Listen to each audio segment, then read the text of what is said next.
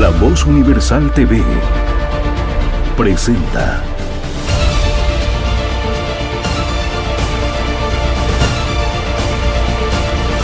Comentando la Noticia con Daniel Pasquier.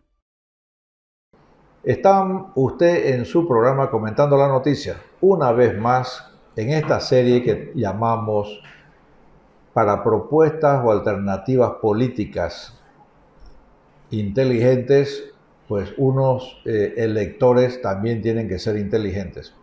No lo que está pasando habitualmente en la política boliviana, que las propuestas hablan de cosas que no existen, de gente que no entiende, pero definitivamente porque los políticos creen que los electores bolivianos son estúpidos, son ignorantes, no saben nada. Entonces pueden echar cualquier charla que ellos creen que la gente se lo va a tragar. Y de hecho, desgraciadamente, es lo que ocurre.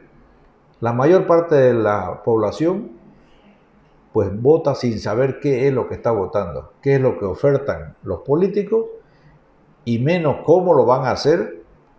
Y la gente, pues no sé, elegirá porque es simpático, por la ropa que viste, porque tiene mucha labia, o porque lo ha visto muchas veces en la tele. Pero de los programas, de las propuestas, de las alternativas que ofrezcan los políticos, la ciudadanía sabe poco y casi nada. Un tema importantísimo, no porque esté ahorita en cartelera, sino porque tiene que ver con la buena administración del Estado, es la confección del presupuesto general del Estado. Es decir, la economía, la administración de recursos que propone el Estado para este año, que tiene sus procedimientos, etc. Bueno, ya eso es más conocido. Pero, ¿qué es la raíz, el núcleo principal de esos presupuestos? Saber con certeza de dónde viene plata, en qué se va a usar la plata. Que no es la plata de los 4 o 5 políticos habituales en el país, sino que es la plata de todos los bolivianos.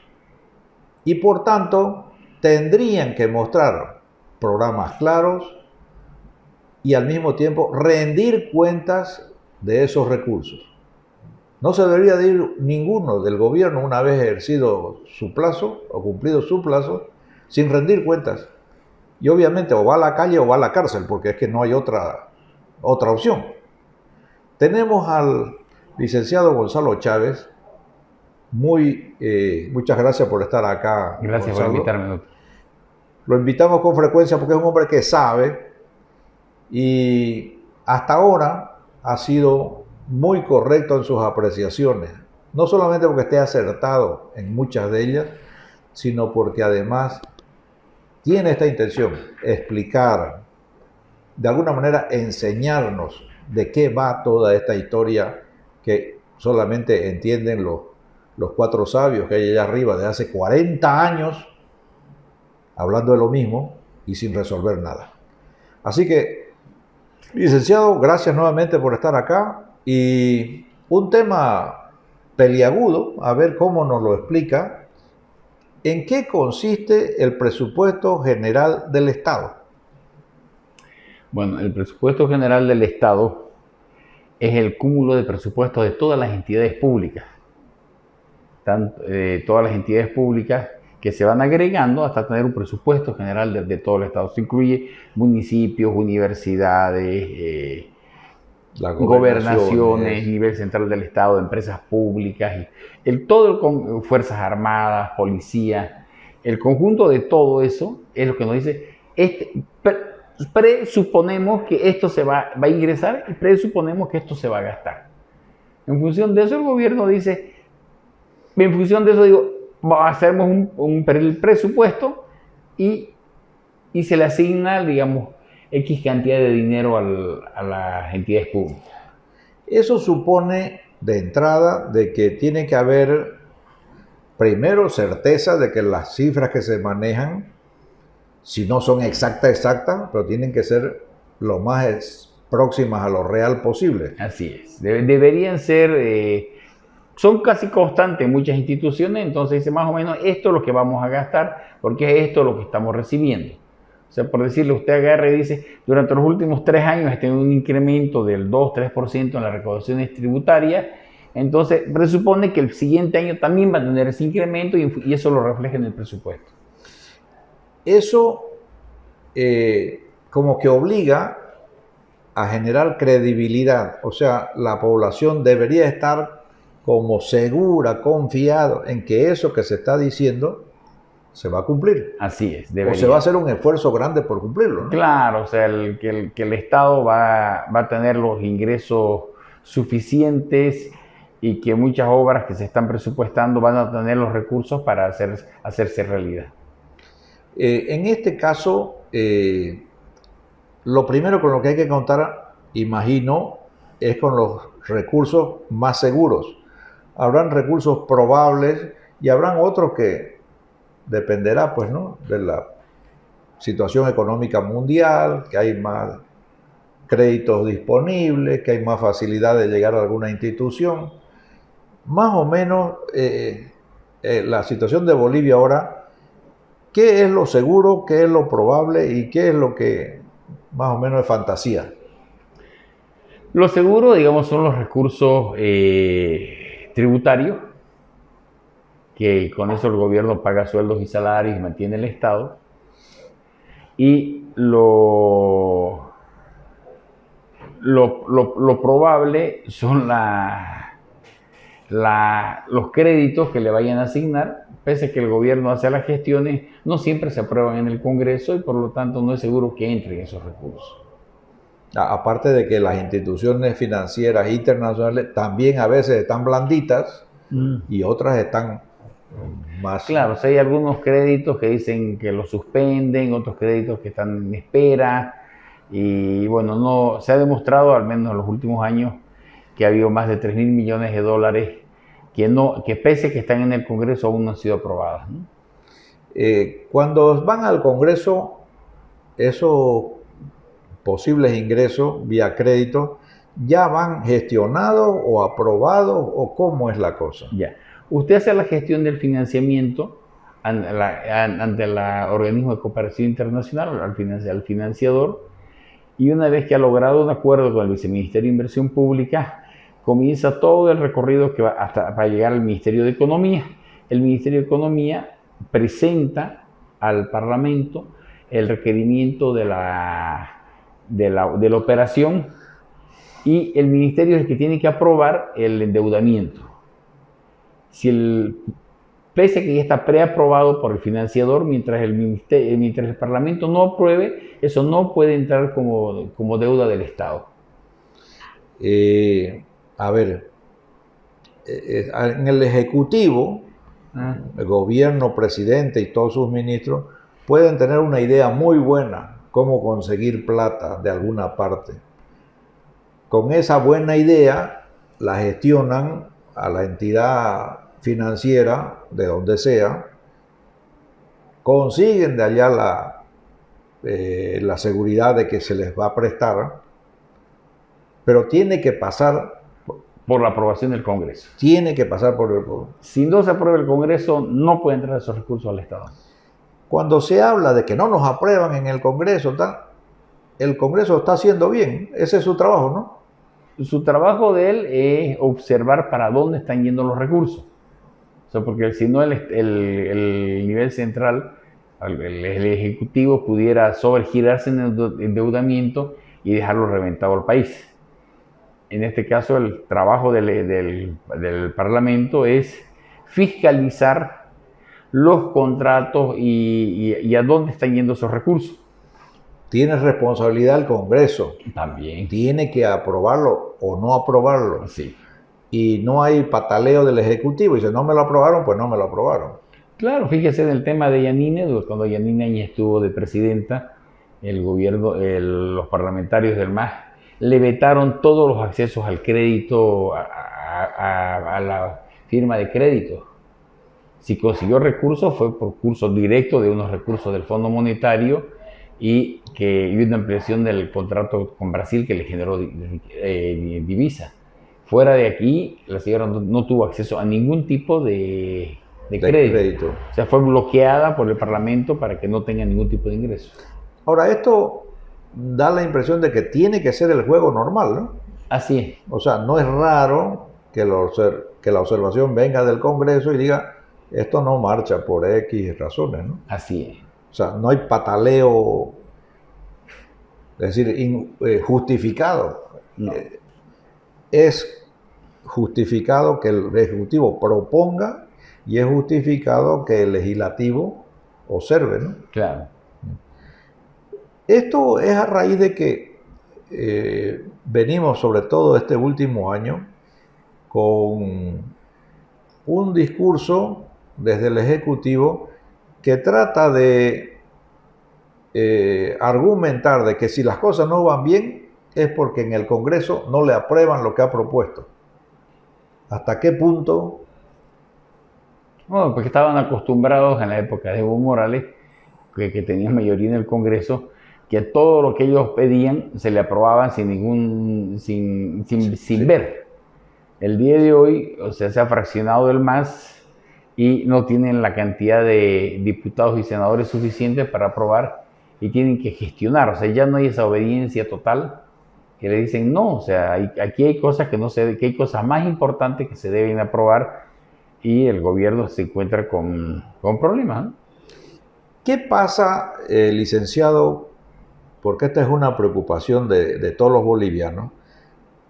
El Ejecutivo dice 10 millones para una carretera de kilómetro 20 a kilómetro 30. El Congreso lo aprueba confiando en que se va a hacer 10 millones de inversión en kilómetro 10 al kilómetro 20 o del 20 al 30. ¿Qué pasa si el Congreso pasado mañana dice, oiga, no hay carretera? Eso es un proceso de responsabilidad. Eso merece, corresponde. Va a un juicio y aparte no se olvide que cuando usted asigna esos recursos para una carretera, esos recursos deben ser licitados, adjudicados para esa carretera. O sea, ya vienen con nombre, o sea, vienen con un objeto definido, determinado. O sea, ese dinero llega, va al ministerio correspondiente o a la entidad pública correspondiente, en este caso la ABC o a las prefecturas, digamos, para quien sea, licita la obra, adjudica la obra y tienen etapas previas hasta su culminación. Y para eso el organismo internacional financiador manda fiscales cada cierto tiempo para hacer los siguientes desembolsos. O sea, si dicen 10 millones, probablemente tengan 10 desembolsos de 1 millón. Y para cada desembolso ellos van a venir y van a supervisar de que efectivamente lo que se tenía que haber hecho se hizo para soltar el otro millón. ¿Qué pasa si, como parece que ocurre de vez en cuando, de que entra un crédito aprobado, sigue todo normal, pero después no hay la carretera y tampoco está la plata? No se ha dado tanto en el sector de carreteras, ya, pero sí se puede haber dado en otro tipo de programas sociales. Programas de biodiversidad, ¿sí? Programas sociales. Reforestar. Claro, no lograron hacer el trabajo que tenían que haber hecho. Ya. O sea, alguien no fiscalizó, alguien no supervisó, alguien no hizo su trabajo. Pero alguien es responsable. Alguien es responsable. Ya. Con esa lógica... Y se tiene a los parlamentarios para también supervisar, ¿no? Es su trabajo de ellos. Claro. O sea, no es porque sean opositores, es porque ese es su trabajo. Ese es su trabajo, claro. Bien, si esa dinámica ejecutivo, legislativo, va normal, digamos, o va como está previsto según el presupuesto, no debería de haber mayor problema. Entonces hay que rogar de que hagan así las cosas y que las cosas vayan bien, pues, ¿no? Deberían hacer las cosas bien. El problema es que a veces las cosas no las hacen tan bien, digamos. Hacen unos, ¿cómo se llama? Unos canales. Usted lo ve que los inauguran, los terminan, los concluyen, hacen con banda, con todo. Y a los 2 años, a las primeras lluvias grandes, comienza a tener un deterioro exageradamente rápido. Y dice, ¿y qué pasó acá? Digamos, ¿no? Entonces hay un problema de fiscalización. Claro. En vez de 4 patas al puente le pusieron 2 nada más, ¿no? Entonces el puente se vino abajo antes de tiempo. Claro, yo conocí un caso allá en el norte de La Paz. Hicieron un puente y comenzó a llover. Y cuando pasó la lluvia, las pilastras del puente estaban en el aire. Porque el río, cuando va cavando, entonces, y usted veía las pilastras arriba, volando.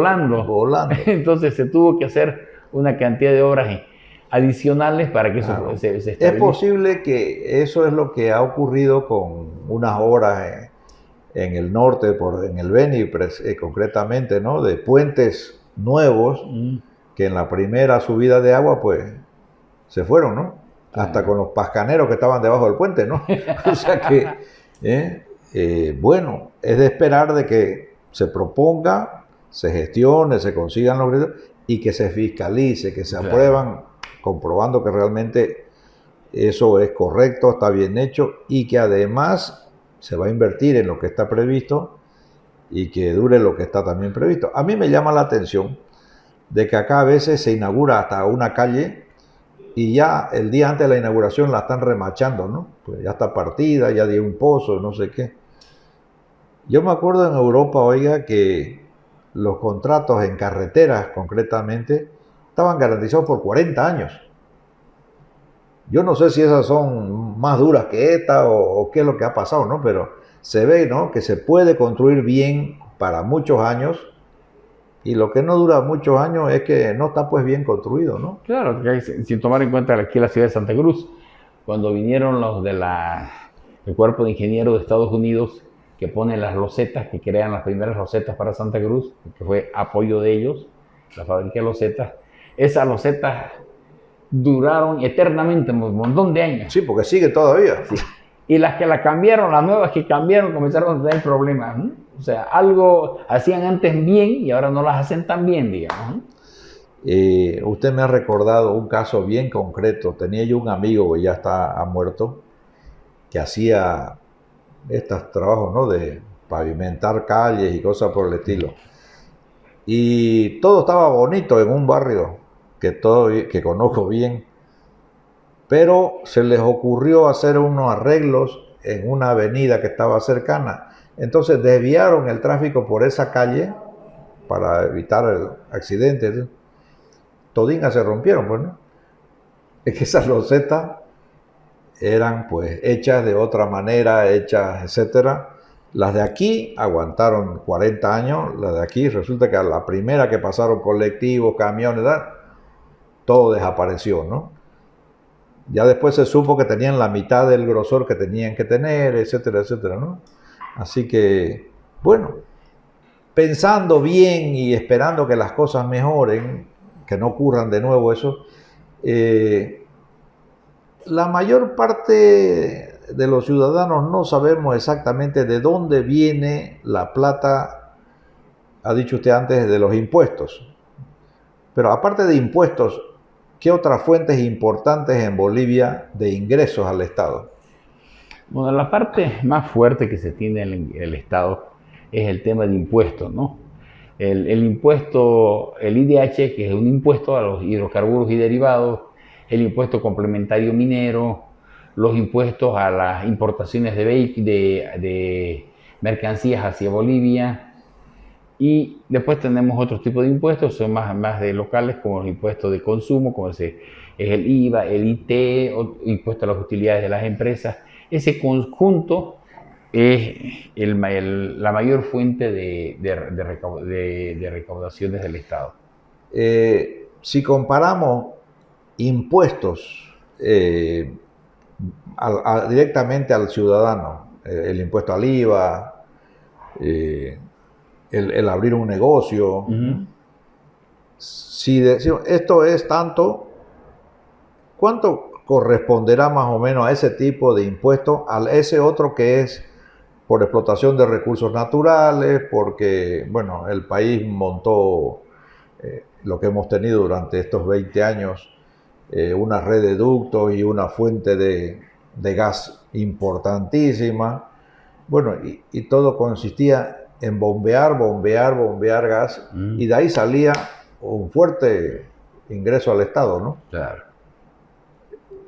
en una época de jauja como la que hemos tenido, se supone que el principal ingreso era esa explotación del Claro, gas. llegamos a recibir, Bolivia llegó a exportar hasta casi 6.000, 7.000 millones de dólares de exportaciones de gas. Y eso se volvía con impuestos a los hidrocarburos. Recibimos 5.000, 6.000 millones de dólares de ingresos nacionales por el tema del IDH. O sea, sí, hubo un momento en que eso fue relevante. El día de hoy, Bolivia ya no le exporta a la Argentina, solamente exportamos a Brasil el remanente que estamos entregando, y ese remanente está más o menos en los 1.000 millones de dólares. Entonces, O sea, una reducción en los ingresos del IDH sustancial, y tenemos también el impuesto complementario minero que va a las gobernaciones y alcaldías, y eso es es chico, no es el 2.7, 2.8%, pero digamos no deja de ser relevante porque son de 6.000 millones de dólares, y es un monto Sí. interesante. De todas maneras, ¿en qué se justificará que, por ejemplo, a un recurso natural lo graben con el 11%? Uh-huh. Es el caso de los hidrocarburos, el gas, todo esto, ¿no? Y, por ejemplo, al recurso natural minero no llega al 3%. Bueno, esas son negociaciones gremiales del sector que ha permitido que ellos sean más beneficiados, digamos, ¿no? O sea, por ejemplo, en Chile, en el tema del litio, tiene una escala donde a mayores niveles de producción y de exportación van pagando mayor cantidad de impuestos. En la Argentina están con modelos similares, sin embargo, en Bolivia tenemos un esquema donde prácticamente no pagan impuestos, ¿no? Una grave injusticia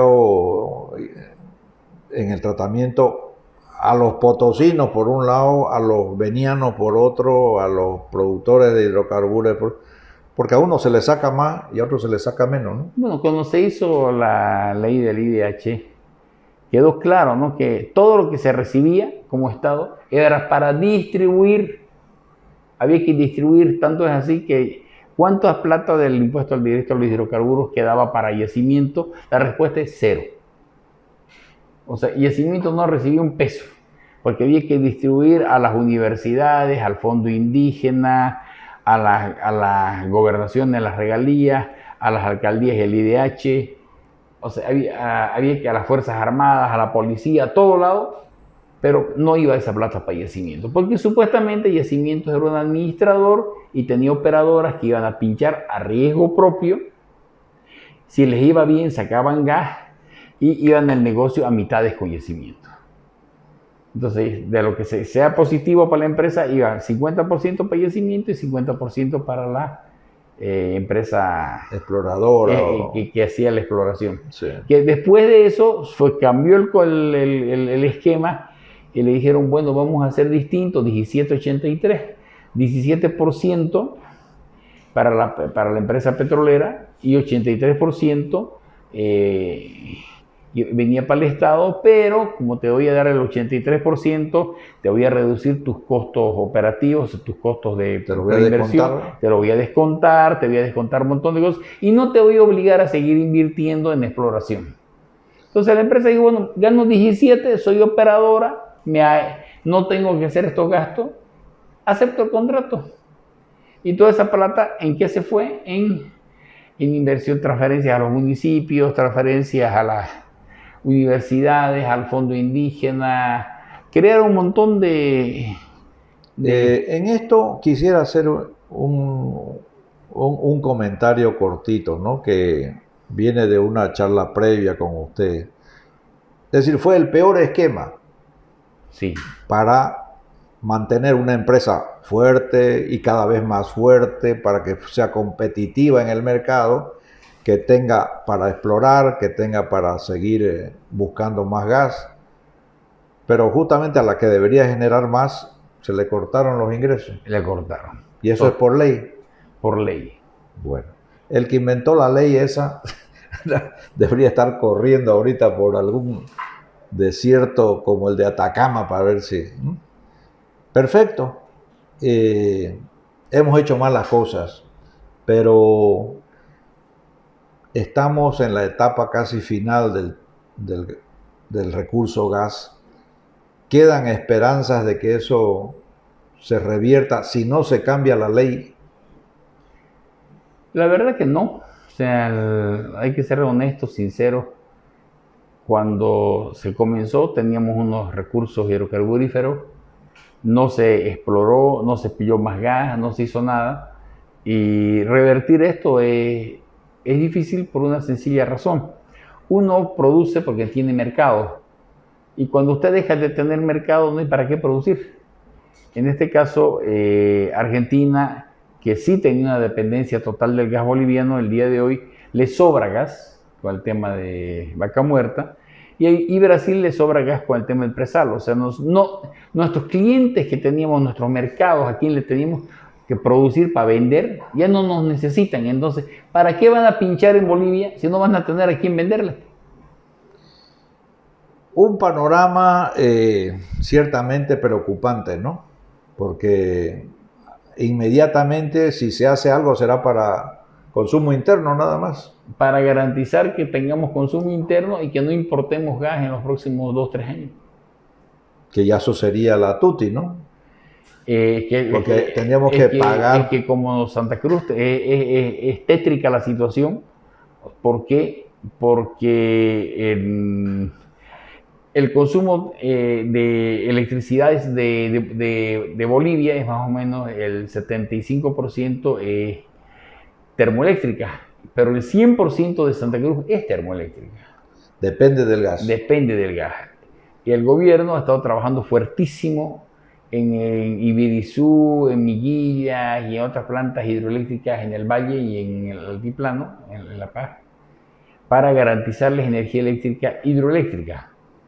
O sea, pero no en Santa Cruz. Pero no en Santa Cruz. Entonces, y las líneas de alta tensión no pueden cubrir la demanda que tiene Santa Cruz. Santa Cruz tiene una demanda de casi 900 megas de energía eléctrica, 800, 900 megas, que no sé de dónde la vamos a conseguir, y eso va a significar un encarecimiento total del valor de la energía. Y eso tenemos que comenzar a pensar cómo vamos a hacer para revertir eso. Por de pronto volver a la leña, ¿no?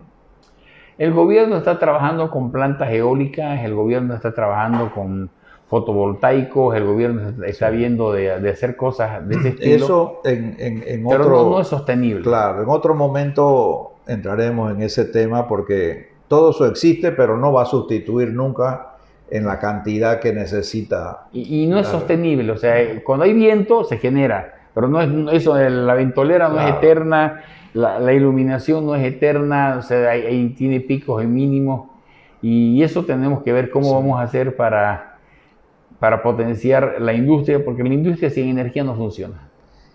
Con esto damos, creo que con suficiente claridad, un pantallazo de lo que es presupuesto general del Estado. Volveremos en un próximo programa con el licenciado a tocar los siguientes aspectos de este tema. Nos quedamos agradecidos y bueno, hasta la próxima. Muchísimas gracias, doctor.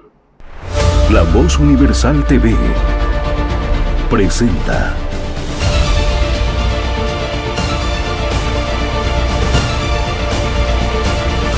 Comentando la Noticia con Daniel Pasquier.